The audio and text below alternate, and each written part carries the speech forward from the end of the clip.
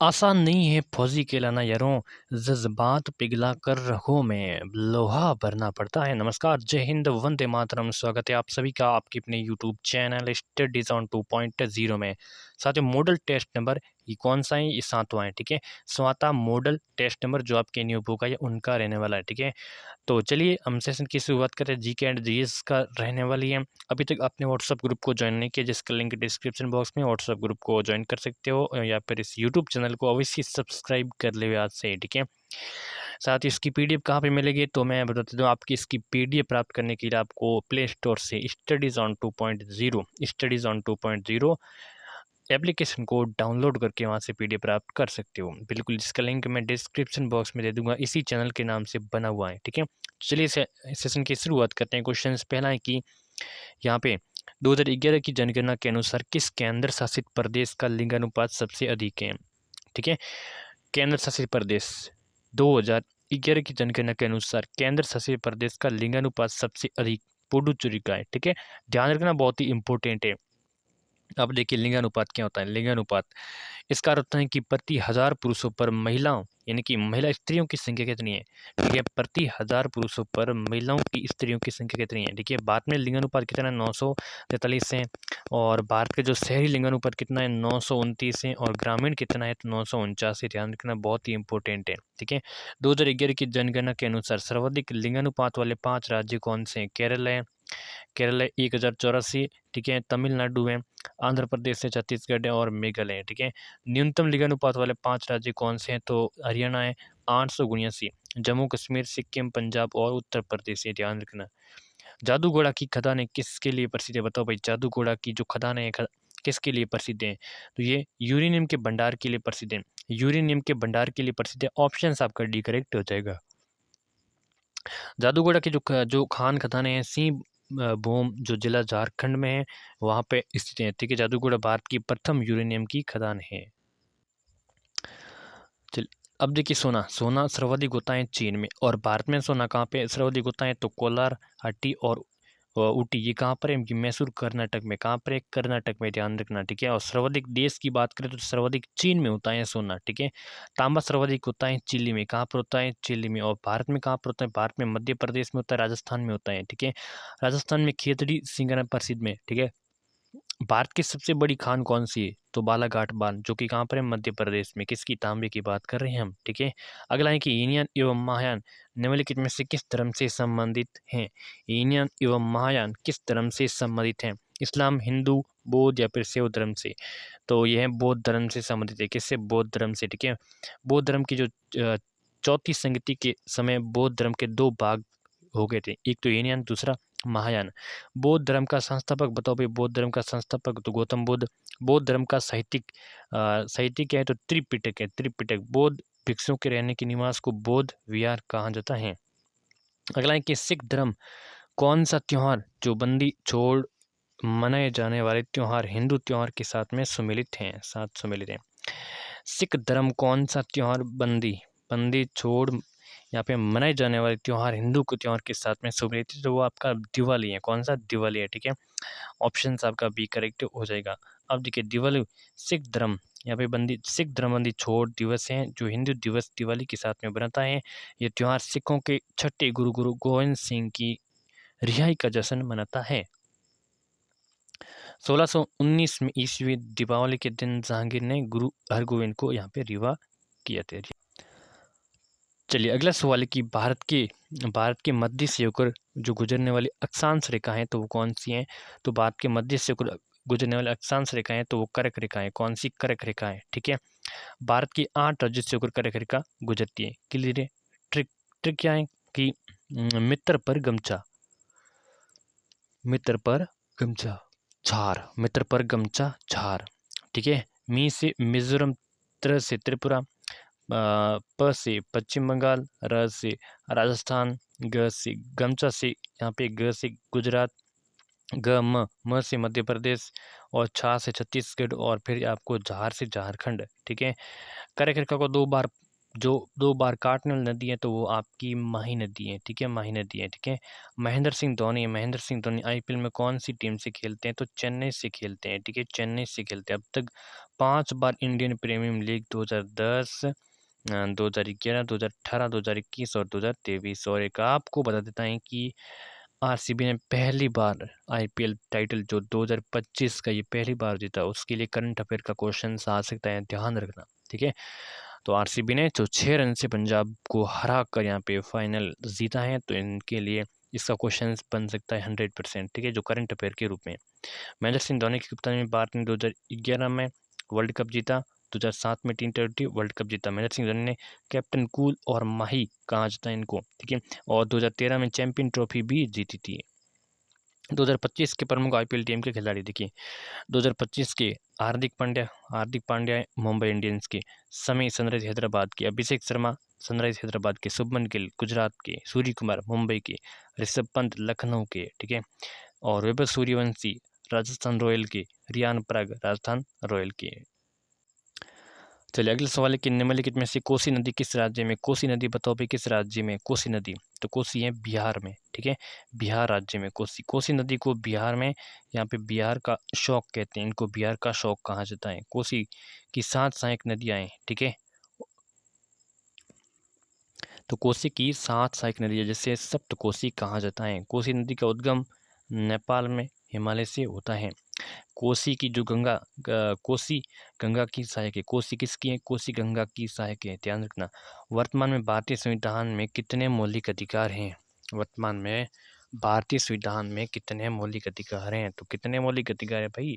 6 मौलिक अधिकार है ना भारत में संविधान में। जो प्रारंभ में मूल जो 7 मौलिक अधिकार थे, ठीक है, जो हमारी संविधान संशोधन 1978 के तहत जो संपत्ति का मौलिक अधिकार था, संपत्ति का मौलिक अधिकार अनुच्छेद 31 के तहत इनको हटा दिया गया था। मौलिक अधिकार का उल्लेख यहाँ पे भाग 3 में अनुच्छेद 12 से लेकर 35 तक उल्लेख है। मौलिक अधिकार अमेरिका से लिए गए, ठीक है। मौलिक अधिकार को भारतीय संविधान का यहाँ पे मैग्ना कार्टा कहा जाता है। चलिए अगला सवाल है कि कर्नाटक में वीर शैव परंपरा का नेतृत्व किसने किया था? कर्नाटक में वीर शैव परंपरा का नेतृत्व यहाँ पे बासवाना ने किया था, बासवाना ने किया था, ठीक है। अब वीर शैव धर्म का जो लिंगायत के नाम से जाना जाता है इनको, ठीक है, आप इसको पढ़ लेना आराम से। चलिए अगला सवाल है कि रमजान के पवित्र महीने के अंतिम दिन कौन सा त्यौहार मनाया जाता है? अरे बताओ भाई, रमजान के पवित्र महीने के अंतिम दिन कौन सा त्यौहार? तो यहाँ पे ईद उल फितूर क्या मनाया जाता है? ईद उल फितूर मनाया जाता है, ठीक है। रमजान के पवित्र महीने के अंतिम दिन को यहाँ पे कौन सा त्यौहार मनाया जाता है? तो ईद उल फितूर मनाया जाता है। क्लियर है? 622 ईसा पूर्व हिजरी संवत की शुरुआत हुई थी।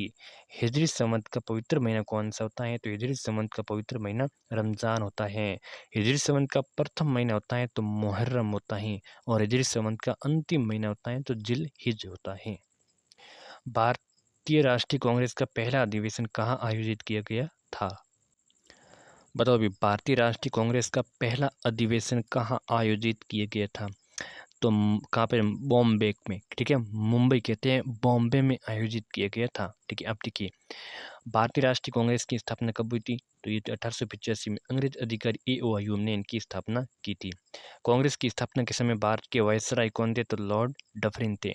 और कांग्रेस का प्रथम अधिवेशन कब हुआ था? 1885 में 28 दिसंबर को, ठीक है। कांग्रेस की जो प्रथम अधिवेशन के अध्यक्ष हेमचंद्र यहाँ पे बनर्जी थे, बॉम्बे के थे, ठीक है। भारतीय कांग्रेस के प्रथम मुस्लिम अध्यक्ष बदरुद्दीन तैयबजी 1887 को जो मद्रास से थे, ठीक है। अगला चलिए अगले सवाल है कि निम्नलिखित में से कौन सी नदी अरब सागर में गिरती है? अरब सागर में गिरने वाली नदी कौन सी इसमें से? तो कृष्णा, कावेरी, गोदावरी, नर्मदा। तो अरब सागर में गिरती है यहाँ पे नर्मदा नदी। कौन सी? नर्मदा, ठीक है। अब बढ़ते हैं नर्मदा के बारे में। इस नदी का उद्गम कहाँ पर? अमरकंटक की पहाड़ियाँ, पठार, ठीक है, मध्य प्रदेश में होता है। प्रायद्वीपीय भारत की पश्चिमी दिशा में बहने वाली सबसे बड़ी नदी है, ठीक है। इनका प्रवाह क्षेत्र होता है ये मध्य प्रदेश से गुजरात, गुजरात से महाराष्ट्र, महाराष्ट्र, ठीक है। इसके इसके किनारे जबलपुर और ओंकारेश्वर शहर स्थित हैं। किसके? नर्मदा नदी के किनारे, ठीक है। नोट, यहाँ पे नोट क्या है? नोट जरूरी, क्योंकि नोट के बिना जिंदगी अधूरी है।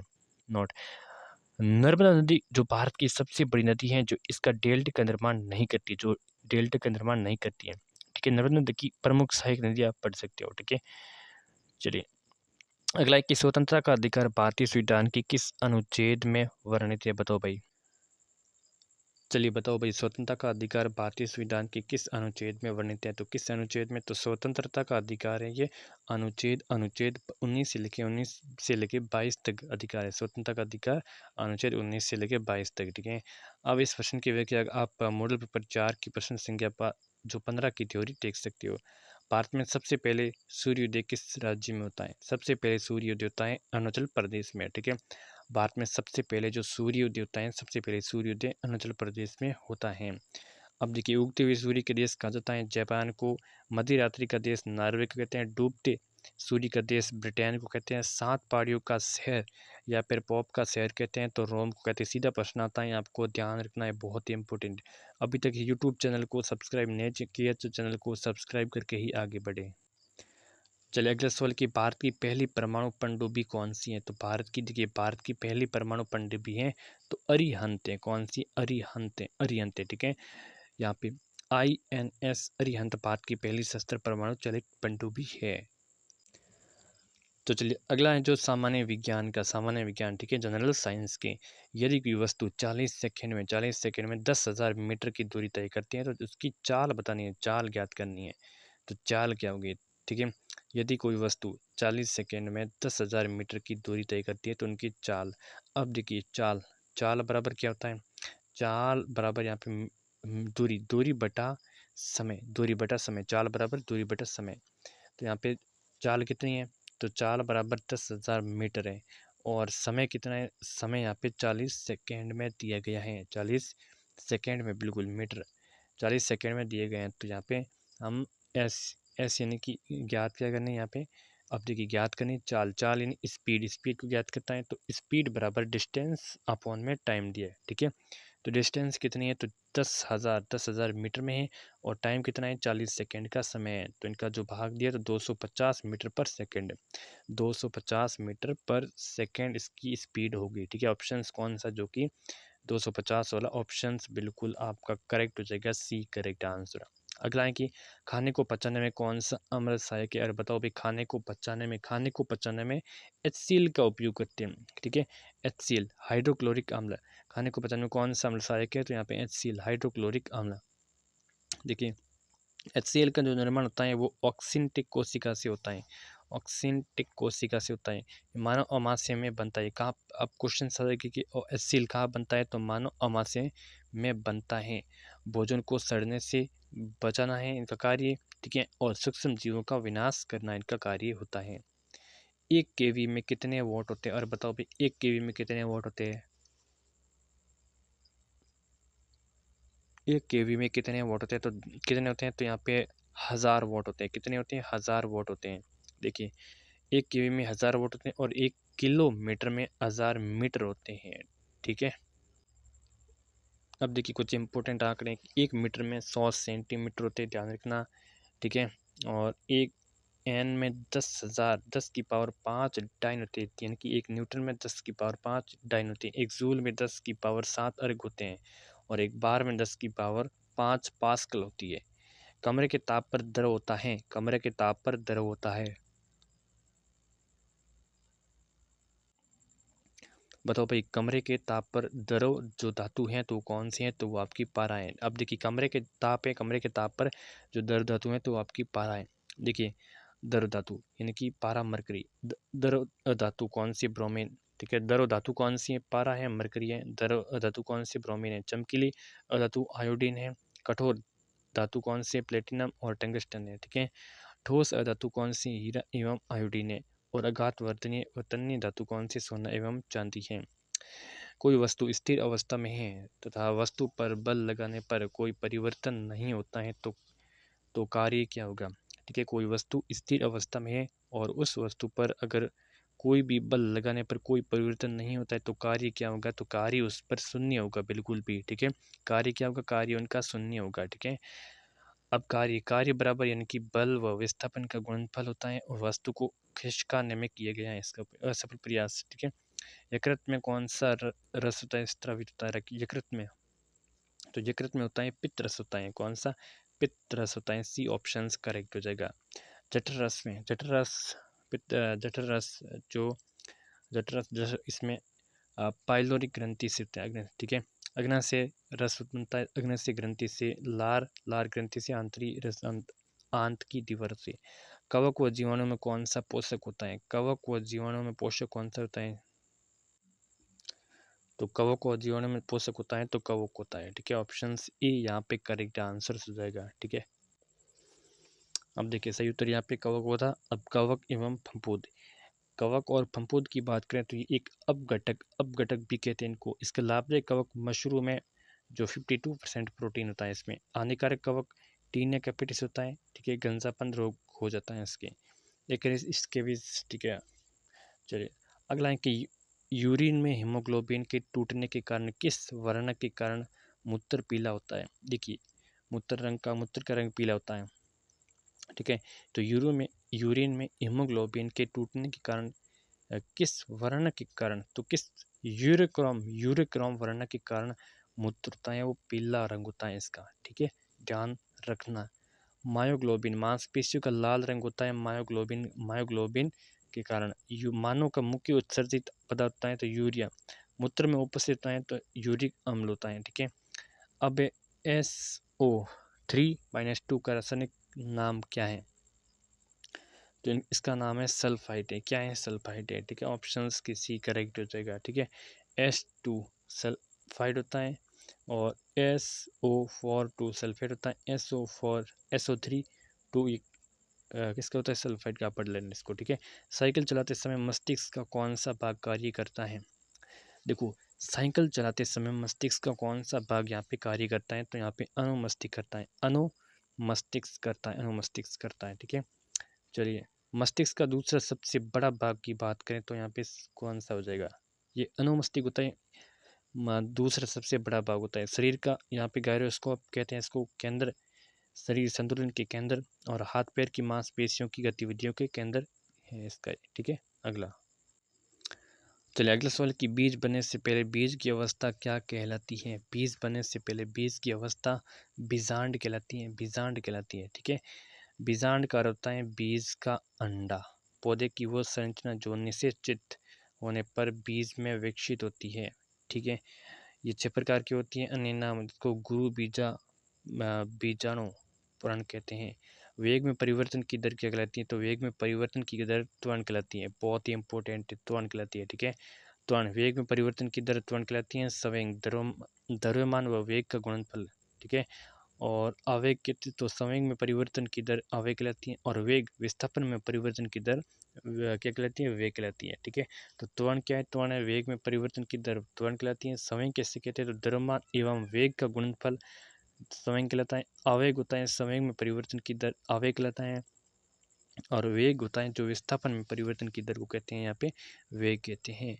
अगला है कि चलती हुई साइकिल में कौन सी ऊर्जा होती है? अरे भाई साइकिल जो चलती है तो उसमें गति करेगी, क्या करेगी? वो गति करेगी, स्टैटिक नहीं रहेगी। ठीक है, स्टैटिक नहीं रहेगी, वो गति करेगी। ठीक है, चलती हुई साइकिल के बारे में।